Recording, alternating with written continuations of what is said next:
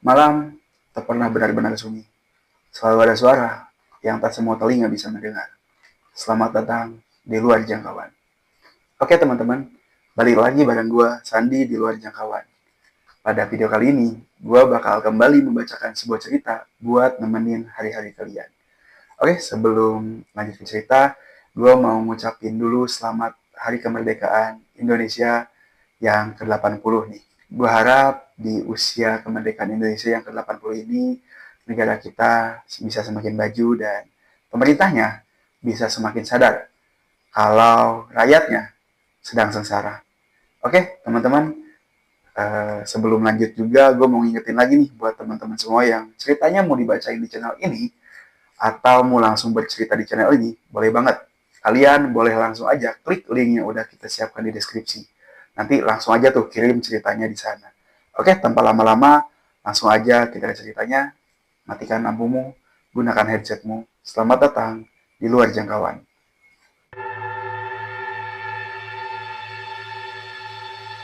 Bandung, kota yang dikenal dengan hawanya yang sangat sejuk dan gedung-gedung tua peninggalan Belanda yang masih berjejer di pinggir-pinggiran jalan atau di sekitaran kota Bandung yang penuh dengan sejarahnya.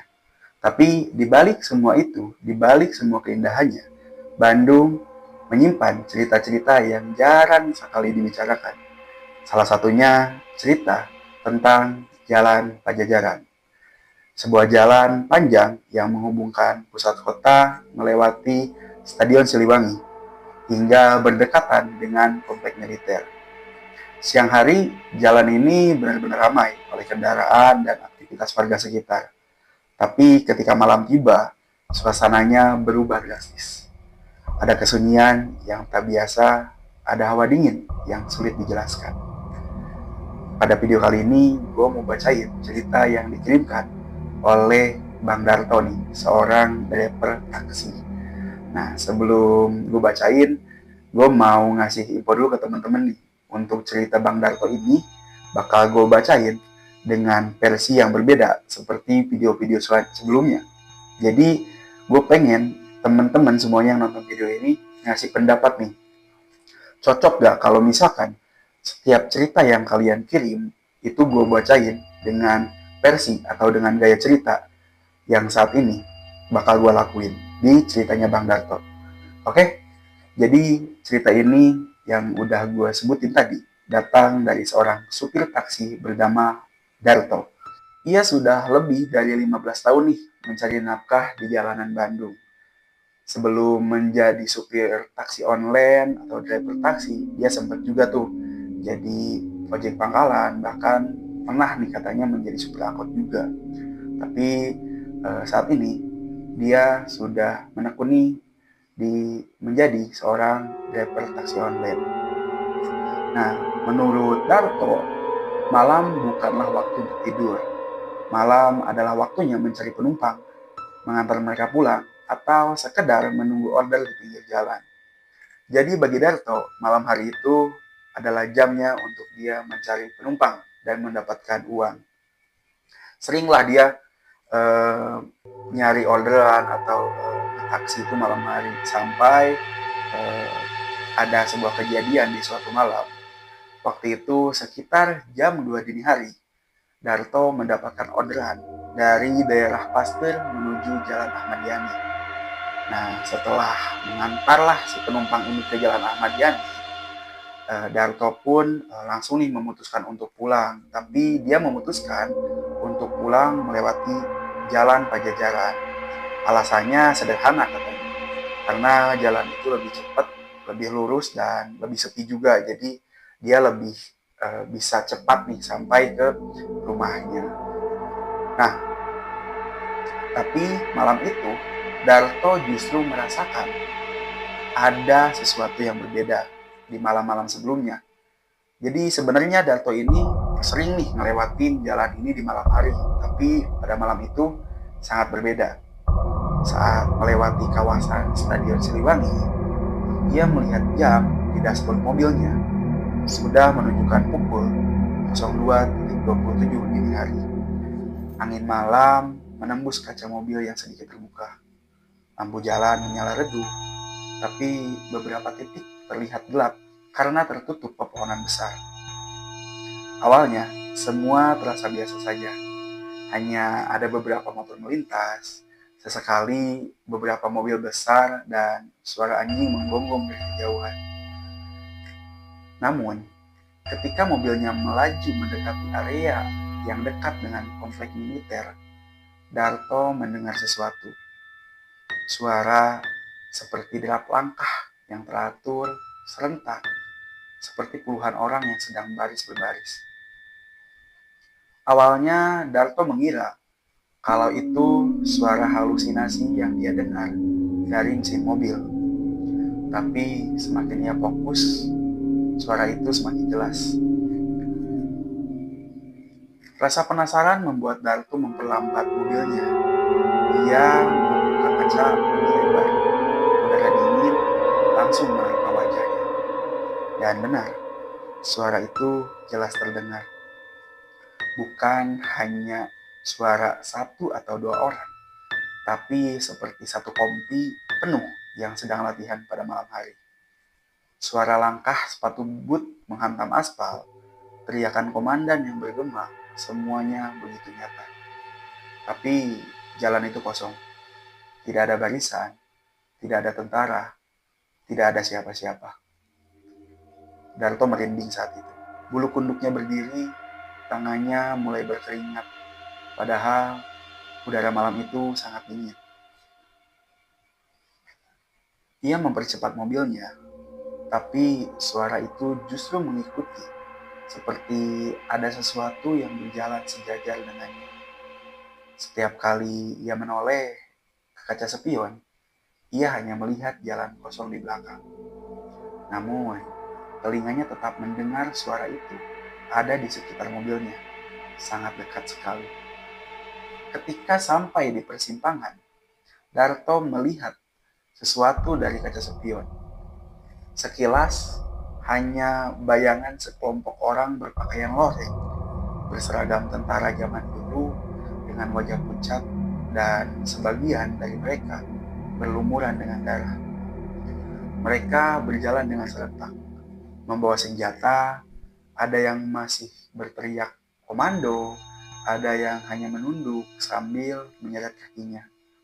Darto langsung tuh membanting setir, dan mobilnya hampir menabrak trotoar. Ia menutup kaca, melantunkan bacaan doa, dan menekan gas sekuat-kuatnya. Suara itu semakin lama semakin pelan, hingga akhirnya hilang di telan angin malam.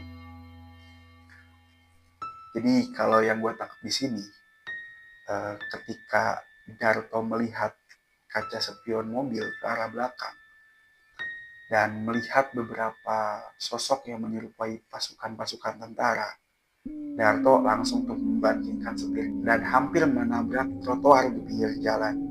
Namun syukurnya Darto tidak kenapa-kenapa, tidak ada luka sedikit pun, dan alhamdulillahnya Darto selamat.